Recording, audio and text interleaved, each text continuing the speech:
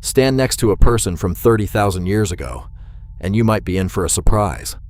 You'd expect to look down at them. Smaller world, smaller food, smaller people, that's the assumption. Ancient humans were tiny, hunched, grunting little creatures, and we are the tall, polished, well-fed final version. Except, you might not look down at all. You might be looking them straight in the eye, and depending on who they were, you might even be looking up. So let's ask the question everyone assumes they already know the answer to. Were ancient humans actually taller than us? The quick answer is sometimes yes, sometimes no, which is a terrible answer. So let's throw it out.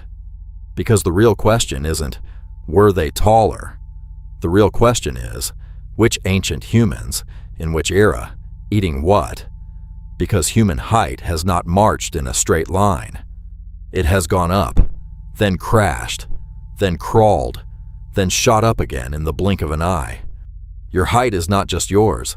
It's a report card, a record of how well your body was fed and protected while it was still being built. And ancient bones kept that report card for us, whether they wanted to or not. So the honest answer isn't they were taller or they were shorter. The answer is that human height has a plot twist, and the twist has a villain. First, a fair question. How do you measure the height of someone who's been dead for 20,000 years? You don't have them.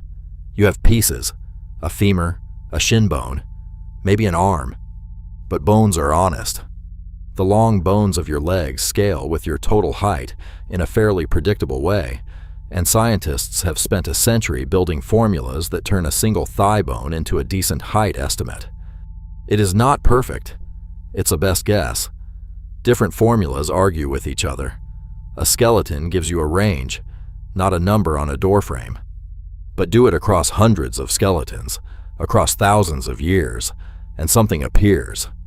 Not one person's height, a trend, a shape, a line that rises and falls like a heartbeat. And that line tells a story nobody expects. Go back to the Upper Paleolithic, roughly 30,000 years ago, Ice Age Europe, humans living as hunter-gatherers. These people were not small. Some of these populations were, on average, genuinely tall, with men in certain groups estimated well into the range we'd call tall even today. Long-limbed, strong, not delicate. And once you know why, it stops being surprising. Think about what a hunter-gatherer actually ate. Meat, fish, roots, nuts, fruit, eggs. Whatever the land gave, in whatever it happened to be. A wide menu, high in protein, rich in the exact building blocks a growing body wants most. Now add the other detail. Foragers lived spread out, small groups, room between them, which meant fewer of the diseases that explode when too many people crowd too close. Good food, space, movement, sunlight. It is almost a checklist for growing tall. So the earliest answer is yes. Many ancient humans, deep in the Ice Age, stood tall enough to look you dead in the eye. Which raises an obvious problem. If they were that tall back then, why does ancient human make us picture something short? Because of what happened next. Here's the twist, and here's the villain. Farming. Around 10,000 years ago, humans figured out how to grow their own food instead of chasing it. Wheat, barley, rice, grain you could plant, store, and depend on. This is usually told as the Great Triumph, the beginning of civilization, villages, cities, everything. And for the species, it worked. More food per acre, more babies, more people. But for the individual body, the one being built cell by cell, farming was, in one specific way, a disaster. Look at the skeletons from the shift to agriculture and you see it happen. Average height drops. In many regions, early farmers were noticeably shorter than the foragers who came before them. People invented bread and got shorter, which is not the slogan you'd put on a bakery. So what went wrong? Everything a growing body cares about. The menu collapsed. A wild diet of dozens of foods narrowed down to a few heavy staples. Lots of calories, fewer of the nutrients bones and bodies crave. You can be full and undernourished at the same time, and early farmers often were. Then came the crowding. Farming let people settle together in numbers. Foragers never did. Humans, animals, waste, water, all close, all mixing. And where crowds go, disease follows.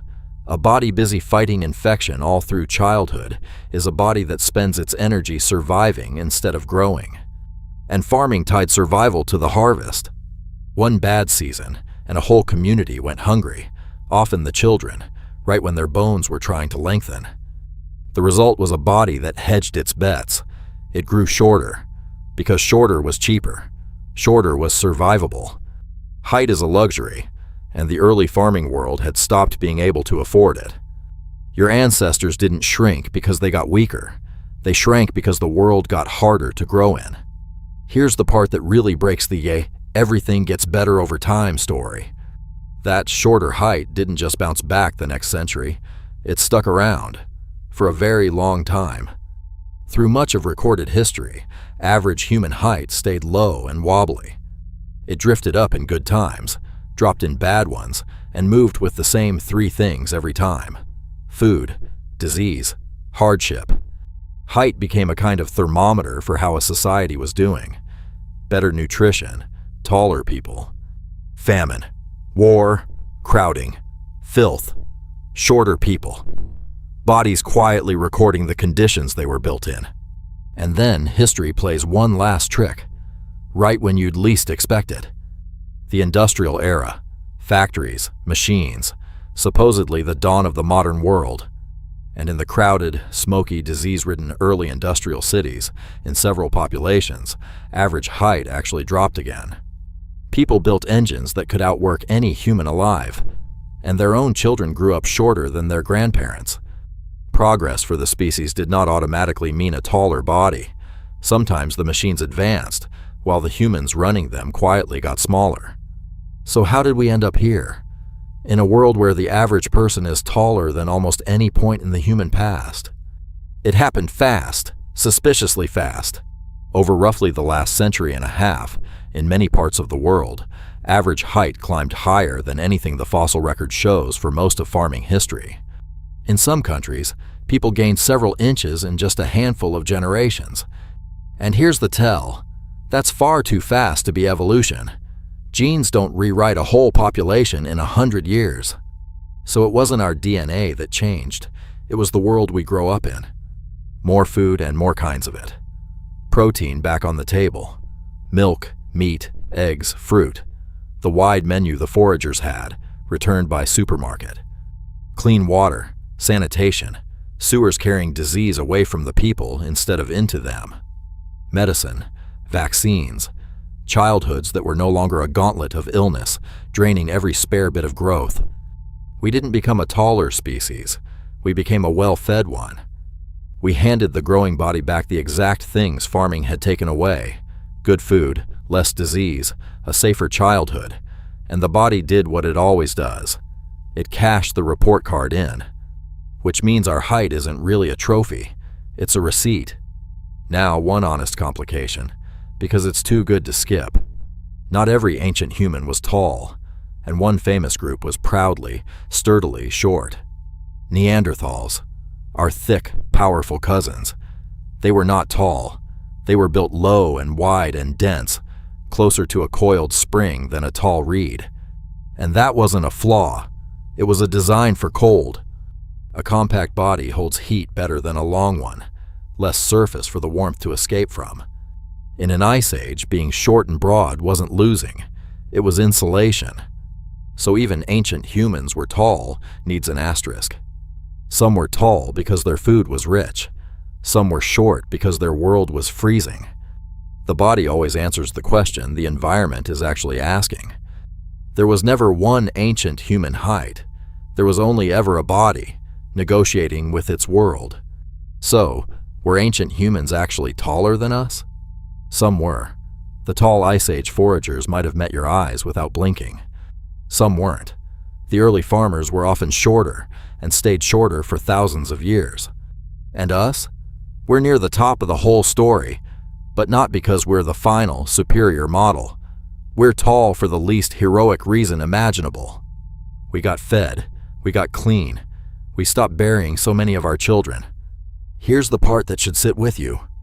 We like to imagine we're the peak, the finished version. Ancient humans as the rough draft, and us as the polished result. But your height isn't a medal you earned. It's a gift the modern world quietly handed you before you were old enough to remember. Take away the food, the water, the medicine, and your body would have made the same hard bargain your farming ancestors made. It would have grown shorter and survived. Ancient humans weren't a smaller species waiting to become us. They were the same species as us, just handed a harder world and doing the math their bodies had to do. And if the tall foragers could see us now, safe and fed and stretched to our full height, they might not be impressed that we're tall. They might just wonder what we did to finally deserve it.